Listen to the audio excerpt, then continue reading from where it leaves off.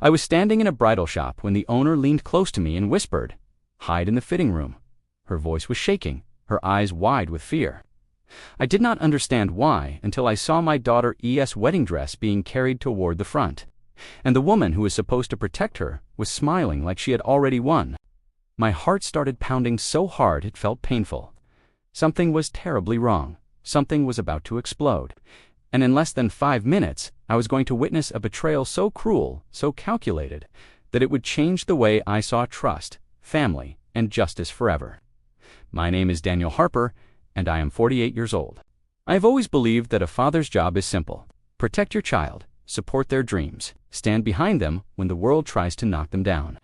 That belief was carved into me the day my daughter, Lily, was born. She was small, fragile, and perfect. And from that moment forward, my life revolved around making sure she never felt alone or powerless. Lily is 24 now. She is gentle, thoughtful, and the kind of person who apologizes even when she has done nothing wrong. She grew up watching me work 2 jobs after her mother passed away when she was 10. I did not have luxury to offer her, but I gave her stability, honesty, and love. We became a team, just the 2 of us against the world. When Lily met Marcus, I was cautious but hopeful. Marcus was charming, well-spoken, and came from a wealthy family. He talked about ambition, success, and building a future. Lily looked at him like he was her miracle. I told myself that, as long as he treated her with respect, I would support their relationship. The real problem was not Marcus. It was his mother, Veronica Collins. Veronica was the kind of woman who could smile sweetly while measuring your worth in her head. She dressed in tailored suits, wore expensive perfume, and spoke in a soft voice that carried authority underneath it. From the first moment we met, I knew she did not approve of me.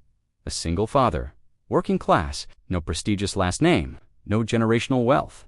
She never said it directly, but her eyes said everything. When Lily and Marcus announced their engagement, Veronica offered to handle the wedding.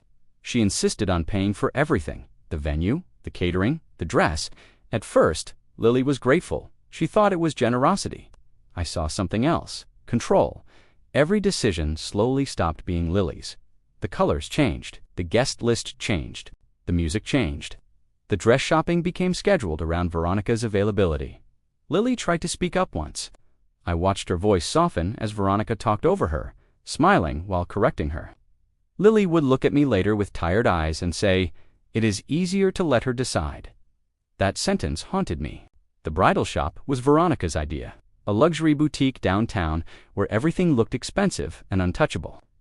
Soft lighting, white walls, mirrors that stretched from floor to ceiling.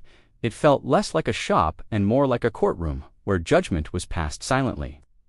The owner, Mrs. Reynolds, was a middle-aged woman with kind eyes and nervous hands. She greeted Veronica with professional politeness, but avoided her gaze whenever possible. That alone told me something was wrong. Lily was in the fitting room trying on the dress Veronica had chosen. I was sitting on a small velvet couch near the entrance, pretending to look calm while my chest felt tight. Veronica was standing near the display window, speaking on her phone in a low voice. She laughed softly, like she was discussing something amusing. That laugh made my skin crawl. This was supposed to be a joyful moment, a father watching his daughter prepare for her wedding. Instead, it felt like I was standing on the edge of something dangerous, like the air itself was warning me. Mrs. Reynolds walked toward me slowly, glancing at Veronica before leaning close. Her voice dropped into a whisper. "Sir, you need to hide in the fitting room." I looked at her in confusion. "Why?" Her hands were shaking. "Please, trust me. You are about to see something you are not supposed to hear." My heart started racing. I glanced at Veronica. She was still on her phone, smiling. That was the moment I realized this was not about a wedding dress. This was about power, about humiliation, about showing my daughter and me exactly where Veronica believed we belonged. And whatever she was planning, it was about to happen in minutes.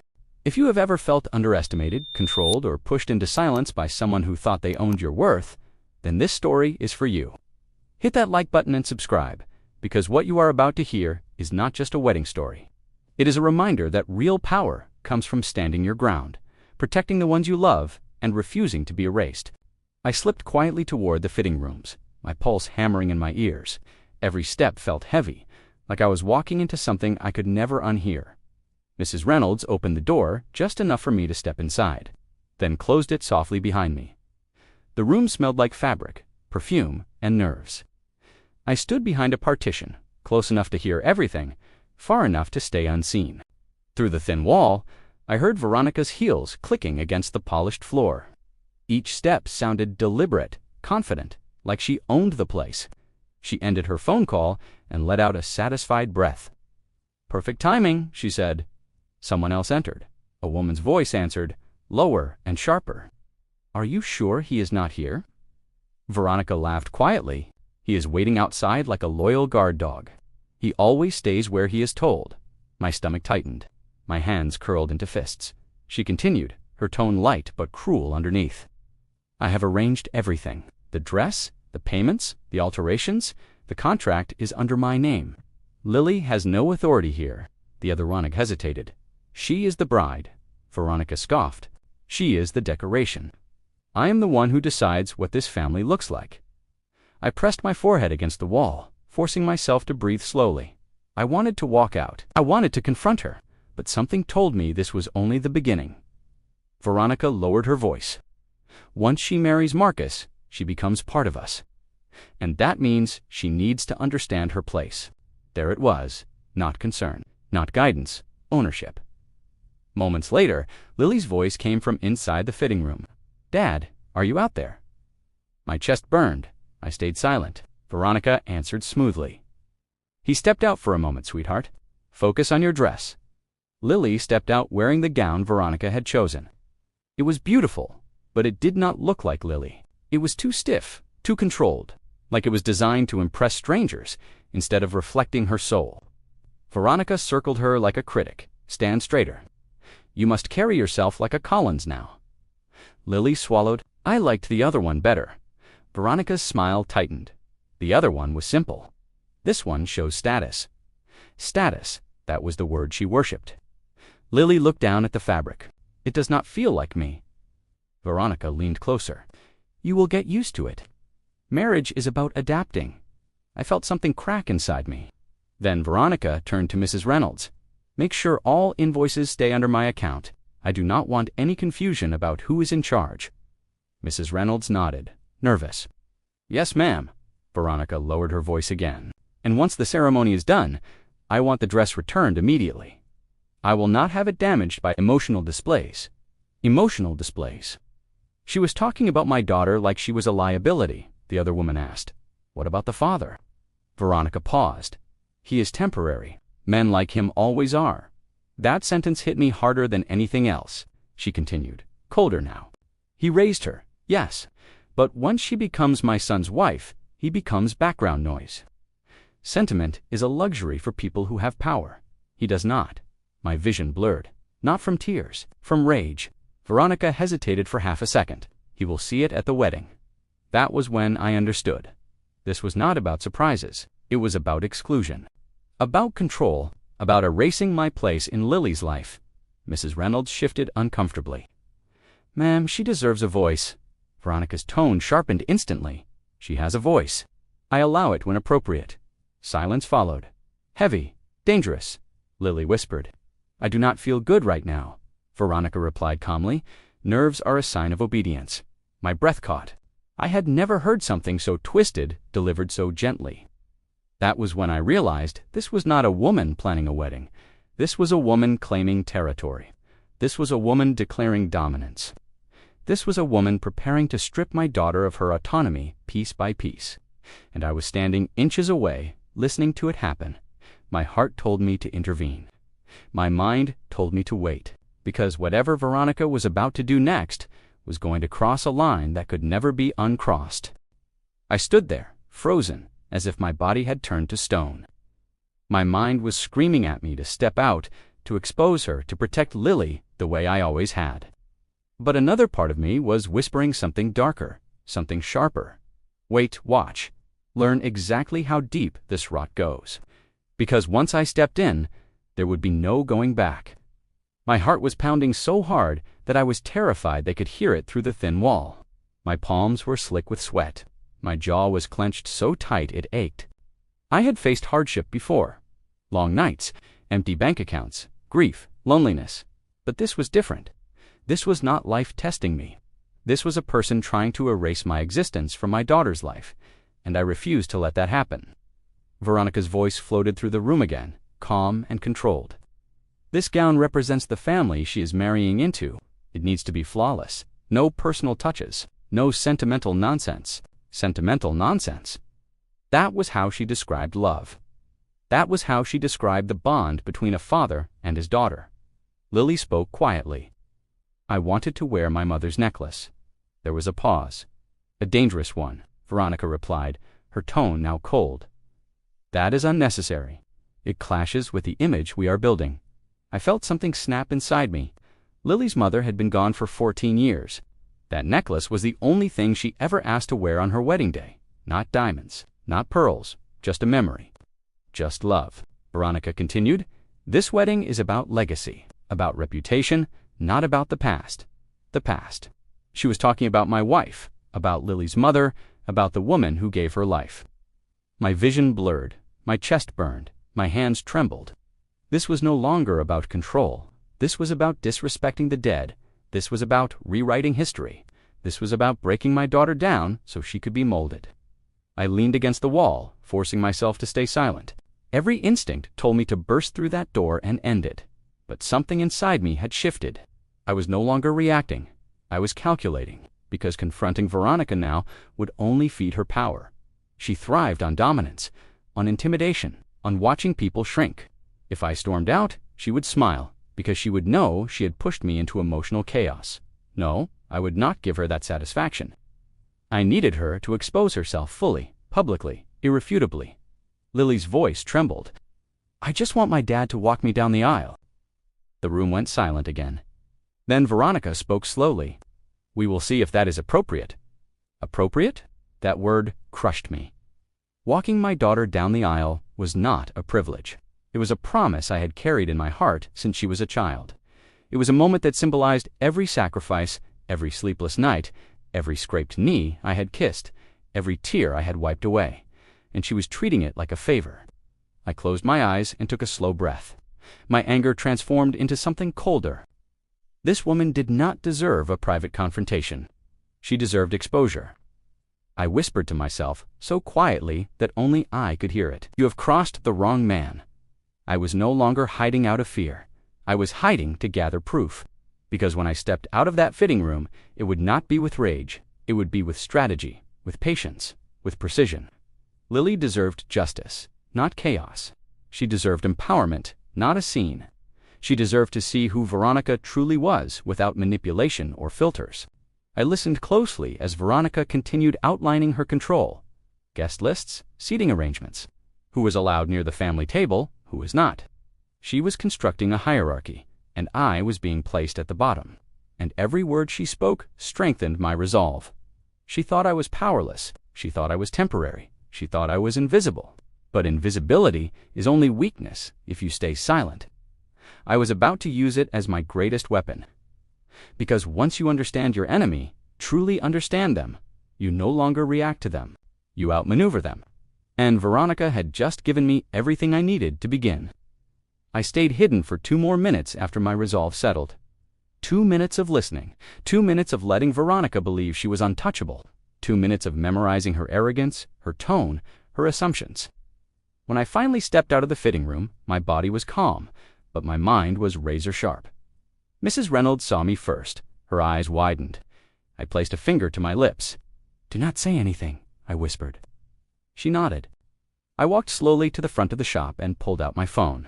My hands were steady. My heart was not. It felt like it was trying to break out of my chest, but I welcomed the pressure. It reminded me that I was alive, that I was about to take control. Step 1 was simple. Documentation. I turned on the voice recorder and slipped the phone into my jacket pocket, microphone facing outward. I walked back toward the fitting room entrance, close enough to hear every word clearly. Veronica was still speaking. Once she is married, her priorities will shift. They always do. Fathers fade.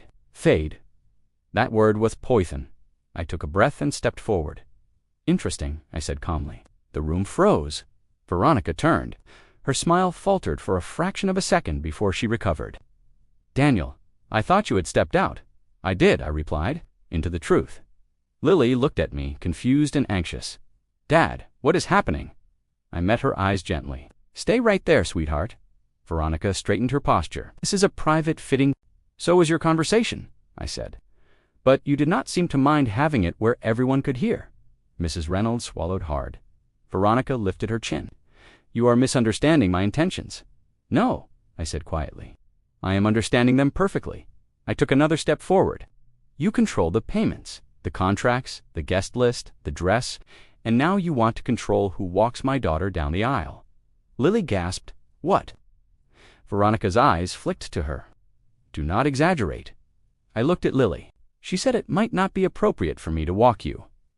Silence fell like a heavy curtain. Lily's hands began to shake. "You said that." Veronica hesitated. "That hesitation was everything," I continued, my voice steady, deliberate. "You called her decoration. You said she has no authority. You said sentiment is a luxury for people with power." Veronica's face paled. "That is a lie." I pulled out my phone and held it up. "No, it is a recording." The air changed instantly. Mrs. Reynolds stepped forward. "You warned me to stay silent, ma'am. You said the bride does not need a voice." Veronica turned sharply. "You are crossing a line." "No," I said. "You crossed it first. I am just shining a light on it." Lily's breathing became uneven. "You plan to take everything from me?" Veronica tried to regain control. "This wedding is about reputation." Lily lifted her head. "It is about love, and you do not get to rewrite that." That was the moment I saw my daughter stand taller than I had ever seen her before. I placed a hand on her shoulder. "You are not owned. You are not decoration. You are not powerless." Veronica backed up half a step. "You are making a scene." "Yes," I replied, "a necessary one." Mrs. Reynolds reached for the contract folder on the counter. "The agreement states that the bride has final authority if she chooses to revoke third-party control." Veronica's eyes widened. "That is procedural language. It is legal language," I said. Lily took a breath. "I revoke it." The words echoed. Veronica's control shattered in real time. Her voice shook. "You are making a mistake." Lily looked at her. "No, I am correcting one."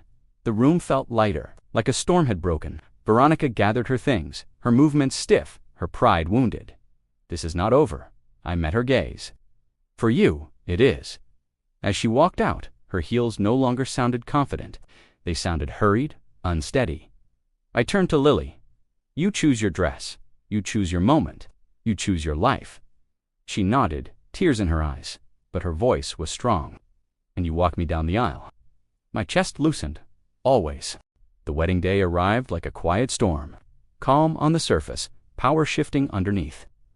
The venue was a historic hall with tall glass windows and white marble floors that reflected the soft gold light of late afternoon.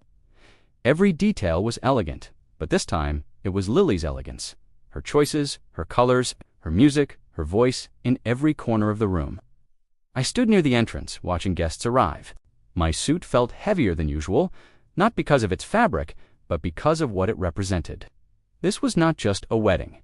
This was a victory over control, over intimidation, over silence. Then I saw her. Veronica walked in with Marcus, her posture rigid, her smile forced. She looked around, scanning the room, searching for something that was no longer there. Authority, command, ownership. Her eyes landed on the seating chart, and her face changed. Her name was not at the family table. It was placed 2 rows back, not dishonored, not erased, just repositioned, exactly where she belonged. She walked closer, reading it again, as if hoping it would rearrange itself out of obedience. It did not. The paper remained still, unmoved by her status, unimpressed by her reputation. I watched her inhale sharply. The air around her felt tight. Her control was slipping, and everyone could see it. She turned and caught my eye. For a moment, the room went silent between us. No words, just truth. I nodded once, not in arrogance, not in triumph, in finality. Lily appeared at the top of the staircase in her chosen gown. It was simple, elegant, free. The fabric moved with her, not against her. Around her neck, her mother's necklace glowed softly. Veronica saw it. Her eyes widened. That necklace was not supposed to be there. That memory was not supposed to survive. Guests stood slowly, drawn by the shift in energy. The music began, gentle and steady. Lily took her first step forward. I walked to her. When I offered my arm, her hand did not hesitate. It rested there with certainty. With pride, Veronica's expression tightened as we passed her row. I felt her stare like pressure against my back, but for the first time, it had no power. Every step down that aisle was a declaration. You did not win, you did not own, you did not erase. When we reached the altar, Lily squeezed my hand once before letting go. That squeeze carried 14 years of struggle, protection, and love. It was my reward. The ceremony unfolded beautifully, but the true moment of justice came afterward. At the reception, Marcus approached me quietly. "I owe you an apology," he said. I studied his face. There was no arrogance left, only humility. "She tried to control everything," he continued, "including me. I did not see it until Lily stood up to her." I nodded. "Now you see what power really looks like." Veronica watched from a distance, isolated by her own behavior. Conversations bent away from her. Laughter happened without her permission. The world did not pause for her.